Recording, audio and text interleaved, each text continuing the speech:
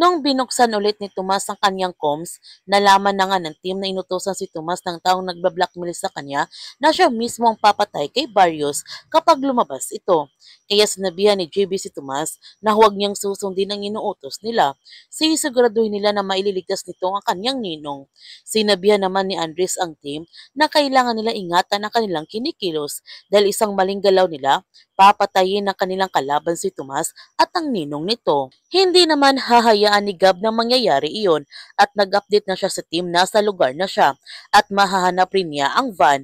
Buti na lamang tamang location ang napuntahan ni Gab at nakikipaglaban na siya sa mga taong dumukot kay Ninong. Natatakot naman si Miguel dahil siguradong sa pag-akyat ni Barrios sa stage, siguradong uutusan nila si Tomas na barilin nito si Barrios.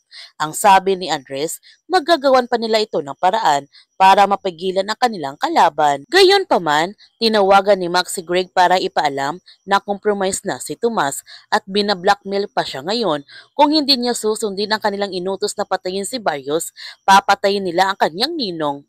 Sinabihan ni Greg si Max na alam na nila kung ano ang dapat nilang gawin. Kung kaya nilang tulungan si Tomas, mabuti.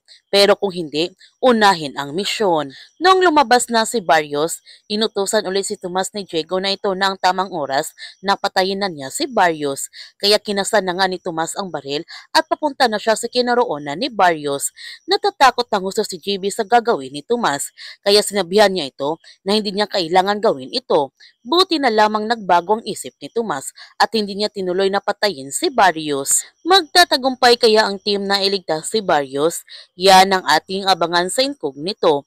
Kung bago ka pa channel ko, don't forget to like, subscribe, and click notification bell para palagi kang updated sa mga videos in-upload ko. Thank you for watching and God bless to everyone.